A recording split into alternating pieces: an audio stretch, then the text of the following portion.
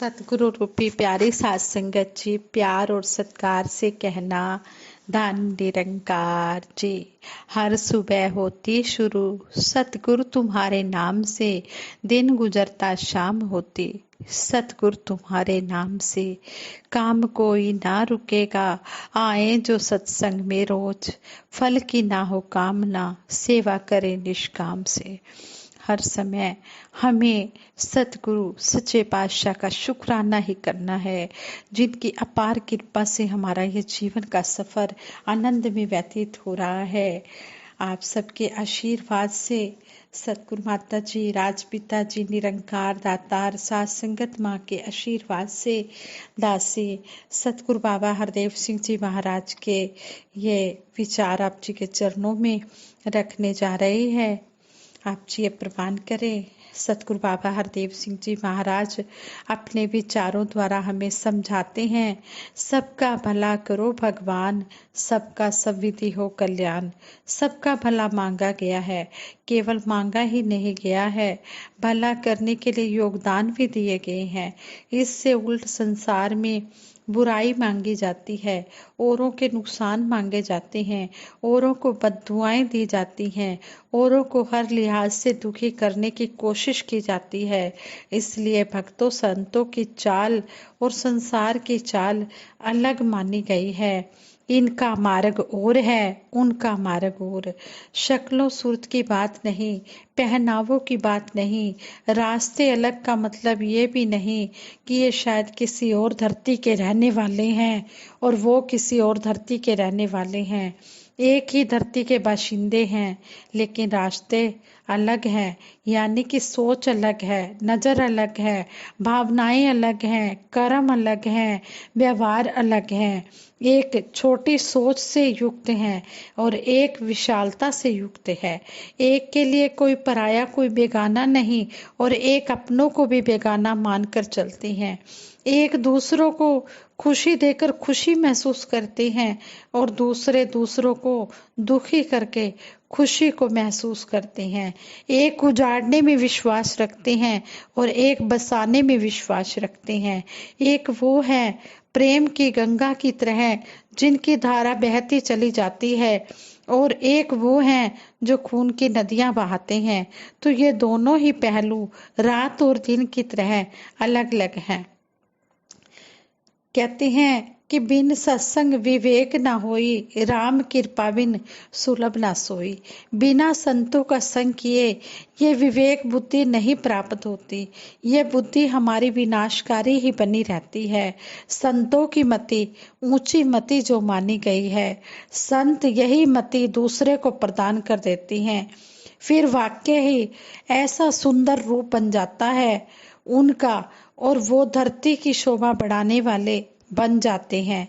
वो विनम्र और विशाल हो जाते हैं, वो मधुर स्वभाव वाले हो जाते हैं। गुरु पीर पैगंबरों ने भी कहा है कि ये मन विनम्र रहे, दास भावना बनी रहे, और वो तभी अगर मत ऊंची धारण की है, यानी कि संतों की मत, साकत की मत तो ऊंची हो ही नहीं सकती। वो तो खोटी मत होती है। वो तो आप भी डूबते हैं, औरों को भी डुबोते हैं। वो आप भी भटकते हैं, औरों को भी भटकाते हैं। लेकिन संत आप भी संभलते हैं, औरों को भी संभालते हैं। संतों की मत ऊंची मत होती है। इनकी ऊंची मत को धारण करके जो चलता है, कई कई गुणों का वास उसके मन में हो जाता है। सभी गुणों का जिक्र किया गया है, प्यार वाला, नम्रता वाला, सहनशीलता वाला, सबर संतोष वाला, विशालता वाला, ये सारे गुण भगत के जीवन में आते चले जाते हैं, और इसलिए भगत का रुतबा सबसे ऊंचा हो जाया करता है। महापुरुषों ने युगों युगों से इंसान को यही मैसेज दिया है कि इंसान तो इस बात को समझ जा, तू संभल जा, इससे पहले कि बहुत देर हो जाए। ये देर हो जाना यानी कि तेरी यात्रा का संपन्न हो जाना। श्वासों की ये लड़ी तो कभी भी टूट जाएगी। ये नहीं कि कहीं पर तुझे नोटिस दिया जाएगा कि संभल जा। ये तो पता ही नहीं चलता कि कब वो घड़ी, वो समय आ जाना है। इसलिए इंसान, अभी के अभी तूने इस सद्मार्ग को अपनाना होगा। तुझे इस सद्मार्ग को अपनाना होगा। तुझे इस मंजिल को प्राप्त करना होगा। महापुरुषों ने भी कहा है, कबीर, कल करता अभी कर, अब करता सुई ताल, कि कल का करता आज कर और आज का करता अभी कर। बुराई के लिए तो तू कल का इंतजार नहीं करता, दुनियादारी के लिए कल का इंतजार नहीं करता, वो तो अभी के अभी कर डालना चाहता है। लेकिन जिससे कल्याण है, जिससे लोक परलोक संवरता है, जिससे तेरी शोभा बननी है, उसको ही तू आगे कल पर टालता चला जा रहा है। महापुरुष कहते हैं, बुरे काम को उठ खलोया, नाम की बेला पै पै सोया, कि बुराई के लिए तो हर समय तैयार है, दुनियादारी के लिए तैयार है, धन दौलतों के लिए तैयार है, चतुराइयों चालाकियों के लिए तैयार है। कबीर जी ने कहा है, साचे का कोई ग्राहक नहीं, झूठे जगतपति जय जी, कि सत्य के ग्राहक नहीं है, झूठ के ऊपर सब फिदा है। झूठ इस संसार को माना गया है। झूठ के लिए इंसान एक एक श्वास लगा देता है, सारी उम्र लगा देता है।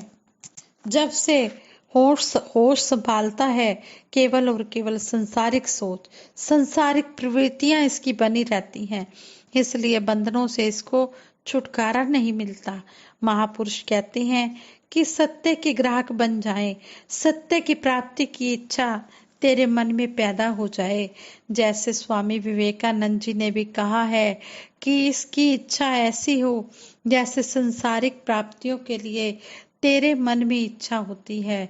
बल्कि इससे आगे उन्होंने ऐसा एक दृश्य पेश किया कि जैसे एक डूबते हुए इंसान को पानी से बाहर आने की इच्छा होती है, नजर आ रहा होता है अपना अंत, तो उस वक्त इंसान को कैसी इच्छा होगी और क्या इच्छा होगी। उसको और कोई इच्छा नहीं, केवल और केवल एक इच्छा कि पानी से बाहर आ जाऊं और किसी तरह मेरा बचाव हो जाए। डूबने से बच तभी पाएंगे अगर हम वाकई ही ये जो न्यारा है सारे संसार से, जो सारी कायनात को बनाने वाला है, फिर भी इससे न्यारा है, इसका बोध हासिल कर लेना, इसको जान लेना। जिस तरह संपूर्ण अवतार बानी में शहंशाह बाबा अवतार सिंह जी महाराज फरमाते हैं, ऐ नो चीज़ां दृष्ट मानने, जिसनों कहंदे माया ए, दसवां ब्रह्म ऐ ना तो न्यारा, ऐ ना विच समाया ए। कि ये भिन्न है, त्रय गुण ते प्रभ भिन्न, ये भिन्न है, सर्वव्यापी है, इसलिए विराजमान भी ये कण कण में है, लेकिन फिर भी ये न्यारा है। इससे अपना संबंध बना लेना है, इसका बोध हासिल कर लेना है। ये जो शाश्वत परम सत्ता है, इसी के लिए कहा है कि ये जमी जब ना थी, आसमां जब ना था, चांद सूरज ना थे, ये जहां जब ना था, जब कुछ भी नहीं था तब भी इसकी मौजूदगी थी। ये संसार, ये ब्रह्मांड, ये कायनात, ये सौर मंडल, ये तारा मंडल, ये कुछ भी नहीं था, केवल और केवल ये परमात्मा था।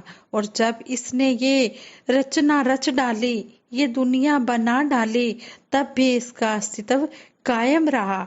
महाप्रलय की बातें हम करते हैं, कल को अगर महाप्रलय भी हो जाती है तो ये रचना तो फिर भी नष्ट हो जाएगी, लेकिन ये रचनहार, ये परमात्मा कायम रहेगा, ये कायम रहेगा, ये कायम दायम है, ये अजर अमर अविनाशी है। इसलिए कहते हैं कि ये परमात्मा, ये परम अस्तित्व, ये तो आदि अनादि से है, ये कायम दायम परम सत्ता है। इसकी प्राप्ति की इच्छा मन में रखनी है। आत्मा को अगर अपने मूल परमात्मा की पहचान ना हुई तो फिर आत्मा आवागमन के बंधन में उसी प्रकार से पड़ी रहेगी कि जम जम मरे, मरे फिर जम्मे, बहुत सजाए पया देश लम्मे। फिर ये जन्म मरण के इस चक्कर में पड़ी रहेगी, ये जन्म मरण की जंजीर में जकड़ी रहेगी। इसलिए अपने आप की पहचान आत्मा को हो जाए। महापुरुष जोर दे रहे हैं, समझा रहे हैं कि अपने मूल की पहचान करनी है। ये जो अजन्मी परम सत्ता है, ये संसार की तरह नहीं है, ये कुदरत की तरह नहीं है। अक्सर हम कह तो रहे होते हैं परमात्मा के बारे में, लेकिन जुबान से हम कुदरत कहते हैं कि बस ये कुदरत का खेल है, कुदरत को हम महत्ता देते हैं। लेकिन महापुरुष कहते हैं कि कादर ना हो तो कुदरत कहाँ से आएगी। इस कादर के कारण ही कुदरत है, इस परमात्मा के कारण ही ये दुनिया है, कलाकार के कारण ही कला है, पेंटर के कारण ही पेंटिंग है।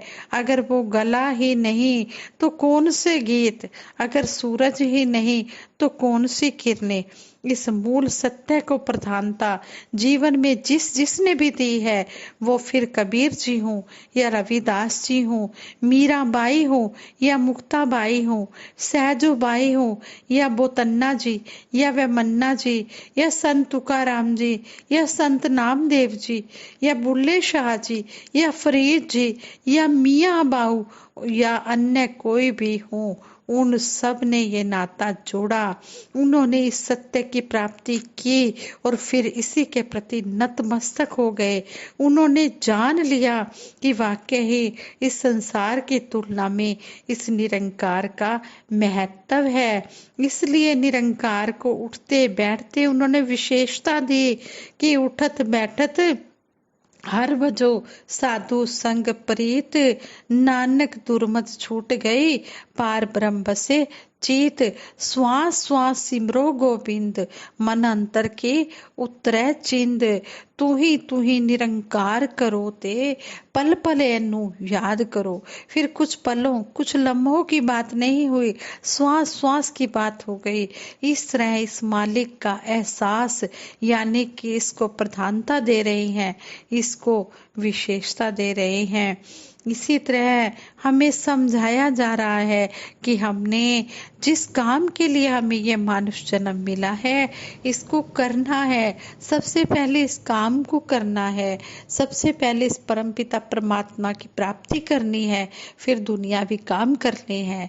सतगुरु सच्चे पातशाह ने चौथे प्रण में ही हमें समझाया है कि हमने गृहस्थ धर्म का पालन करना है, किसी से मांग कर नहीं खाना है, अपनी मेहनत की कमाई से अपने परिवार का गुजारा करना है। और जो भी संत महात्मा हमारे दरवाजे पर आए, उनकी हमने तन मन धन से सेवा करनी है, सत्कार करना है, आदर करना है। सतगुरु बाबा हरदेव सिंह जी महाराज ने इन विचारों द्वारा हमें समझा दिया है कि जब तक इस ब्रह्म को नहीं जाना, तब तक तेरा यह जीवन बेकार है। जितने भी तू श्वास ये ले रहा है, सब तेरे व्यर्थ जा रहे हैं। हीरे जैसे जन्म को कोडियों के भाव ना गवा, सतगुरु की शरण में आ जा और इस मानव जन्म की कदर पा जा। इन विचारों द्वारा हमें यही सीखने को मिला है। जिन्होंने भी इस ब्रह्म ज्ञान की दात को पा लिया है, मुबारक है वो। ज़्यादा से ज़्यादा बढ़ चढ़ कर सेवा सिमरन सत्संग करें।